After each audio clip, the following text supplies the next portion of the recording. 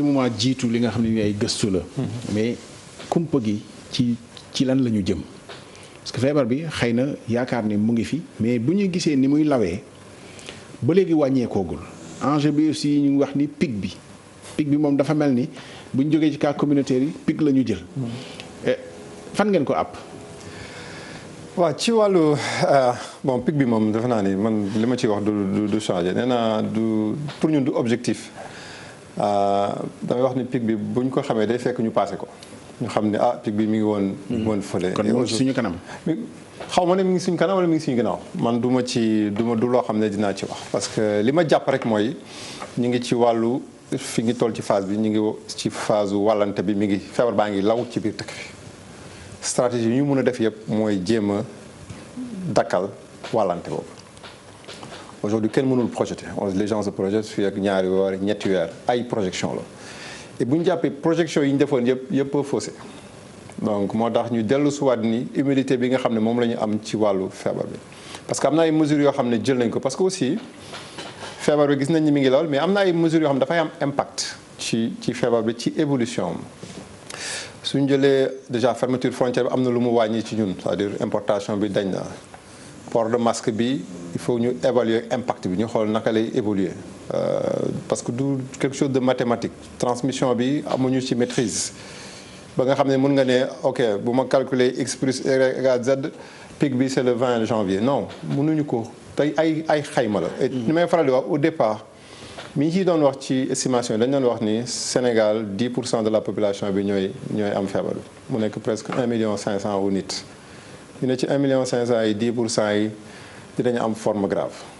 ci loolu ñu ne 10% yi dinañu faatu ça allait faire des milliers de morts. C'est pas ce qui a existé.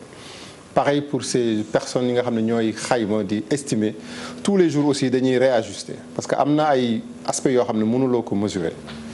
donc ñun ce qui est important effectivement dañ def ay projections parce que au moins am na benn jàngat bu ñuy jàng mooy combien de temps le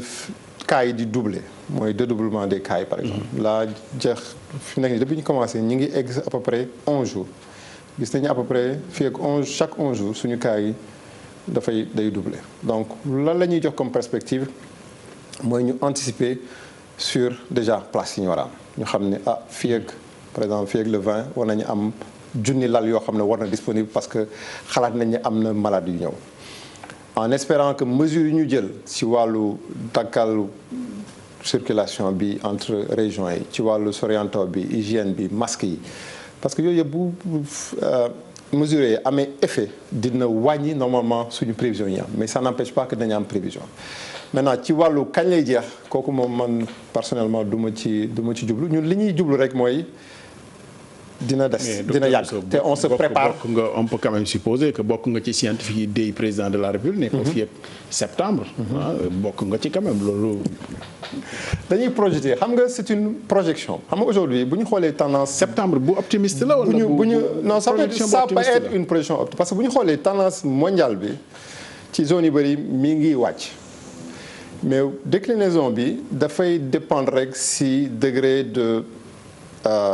d'engagement communautaire bi mobilisation bi parce que aujourd'hui aussi il faut pas ñu bàyyi suñu loxo c'est-à-dire on se dit bon affaire baa ngi wàññi rek ñu commencer relâcher boo xoolee en France si la ñuy wax parce que ñu ngi naan sax à un moment bu fekkee affaire bi am na fu muy jëmee dinañ tëjaat. ubbi nañ école donc il faut que parce que ñu ngi jël ay mesures yoo xam ne dafa am risque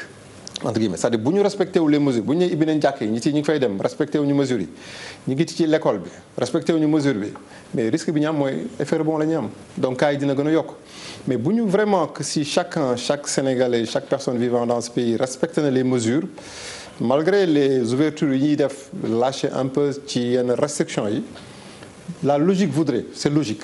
que normalement feebar dafa war a wàññeeku parce que bu fekkee ku ne respecté nga ko même boo amoon feebar bi doo ko wàlle donc si chacun le fait mais c'est naturel feebar bi day wàññeeku mais pour cela nag il faut que ñëpp nekk au même niveau parce que su fekkee am na ay gox yoo xam ne defuñu ko ça va être un problème c'est même au niveau africain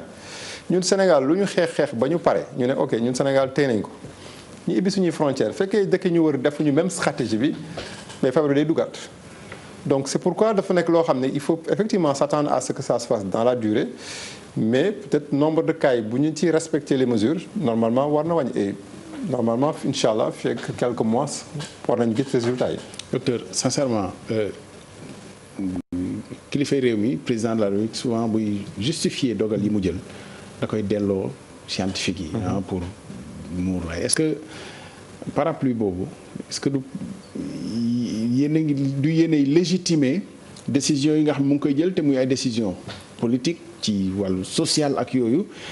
est-ce que léeg-léeg du ngeen yegg yéen ci xaacu ci ne ah déet lii bu ñu ko defee mu yàq li ñu teg ñun yëpp ñun scientifique ñun médecins yi. non man daal je peux mun naa témoigner et ça je pense que président j'ai eu la chance de participer ci plusieurs réunions même ay visioconférence président mënoon na ko bañ a def il aurait pu consulter le ministre de la santé ministre de la santé mais day dajale ñëpp ku nekk mu laaj la sa avis même ministre day toog wax mais ku nekk ministre ne la joxal ma sa avis donc amuñu difficulté par rapport à ça en tout cas par rapport ak ñun suñuy ay avis suñu ay conseils recommandations dañ koy jël en compte. Il arrive aussi mu def commande d'avis si ñun dinañ ko jox donc et aussi ñun aussi d'accord nañu parce que ñu ngi naan il faut ñu dédramatiser situation bi d'accord nañu il faut que dund bi commencé waat donc ñun dañ ko war a accompagner en tant que technicien et praticien accompagner ko en disant d'accord mais il faut lii ñu teg ko te loolu changé wul ba léegi c'est-à-dire ñun suñu recommandation yi ñu teg ba léegi changé wul c'est-à-dire bu ñu ñëwoon léegi tëj nañ frontières yëpp ça ne changera pas parce que li ñuy wax du soppeeku parce que dañu naan lii bu ñu ko respecté wul fii la ñu jëm te loolu je pense que ñëpp xam nañ ko te Sénégalais yi dund en tout cas ces 2 mois parce que yoo xam ne téye nañ lu bëri gis nañ ni mënul wëy. Donc moi je peux dire que le président de la République sur le plan en tout cas ñun li ñuy joxe comme conseil dina ko jël en compte et souvent il demande des avis aux techniciens et les techniciens donnent des avis yoo xam ne aussi da koy jël en compte donc loolu aussi c'est important que feebar wane ni aussi techniciens yi jox nañ leen cër te loolu mun naa ko témoigner. Madiba feebar bi nan la nar a jeexee parce que xam nga li ci doy waar mooy frontière àdduna ñëpp a tëj pour jaabante bañ a am imaginer mu jeex fii Sénégal te jeexul fi à côté. c'est-à-dire lan mooy perspective bu feebar bi est-ce que dañ koy jeexal fépp ci àdduna bi doog a reprendre une vie normale wala am ngeen ci xalaat ci naka la ñuy def ba buñ ci paree ñun du ñu lor par rapport ak feneen fi nga xam ne xëy na defuñu effort yi ñu def ñun pour am résultat yi Sénégal wala beneen réew am. feebar bi nu muy jeexee ak kañ lay jeex dinaa wax comme sama xarit Bousso mooy xamaguñu comme nu mu lay waxee feebar bu bees la kenn xamul nu muy demee dañuy. xayma statistique dinañ def parce que tamit il faut que ñu utiliser moyens statistiques pour mën a planifier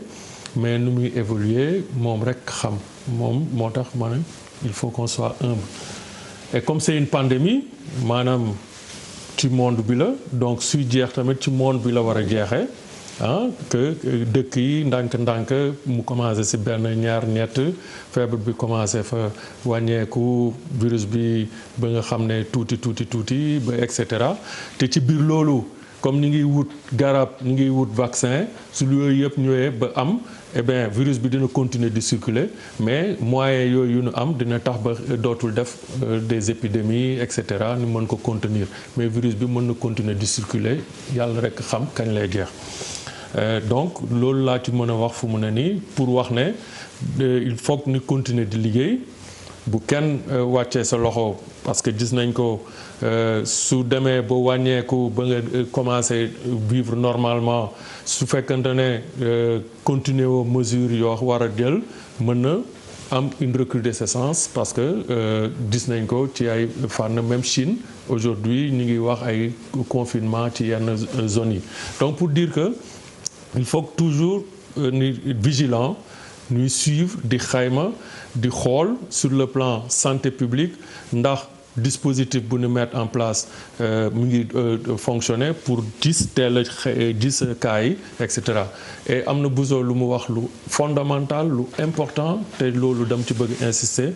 mooy l'engagement communautaire l'engagement citoyen du affaire pouvoir public du affaire secteur santé rek mais affaire képp kuy doomu aadama war nga def lu la war par rapport ak askan bi ba nga xam ne yow soo aaree sa bopp aar keneen ki ñëpp aaru donc affaire yi jaar yoon donc engagement citoyen boobu dafa am solo ku nekk comprendre ne parce que def naa lii te def naa ko nu mu waree dinaa protéger kële protéger sama bopp. Docteur Mady Ba, incident manager comme on le dit chez vous, coordonnateur de la riposte OMS Covid-19 fii ci Sénégal ñu ngi lay gërëm di la sant bu baax merci d'avoir répondu à notre invitation. maa lay gërëm ci invitation bi di gërëm sama naataango bi aussi. fegg woon ci waxtaan wi ak docteur Abdoulaye Bousso directeur du centre des opérations d'urgence sanitaire COUS. ñu ngi lay gërëm merci d'avoir répondu à notre invitation. jërëjëf Abdoulaye di nuyu Mady et soo ma mayee rek ma bëgg a insister sur le point de la stigmatisation loolu vraiment bëgg naa askan bi ñu bàyyi ci xel et que feebar bi du vraiment nañu jàpp ni ku ko am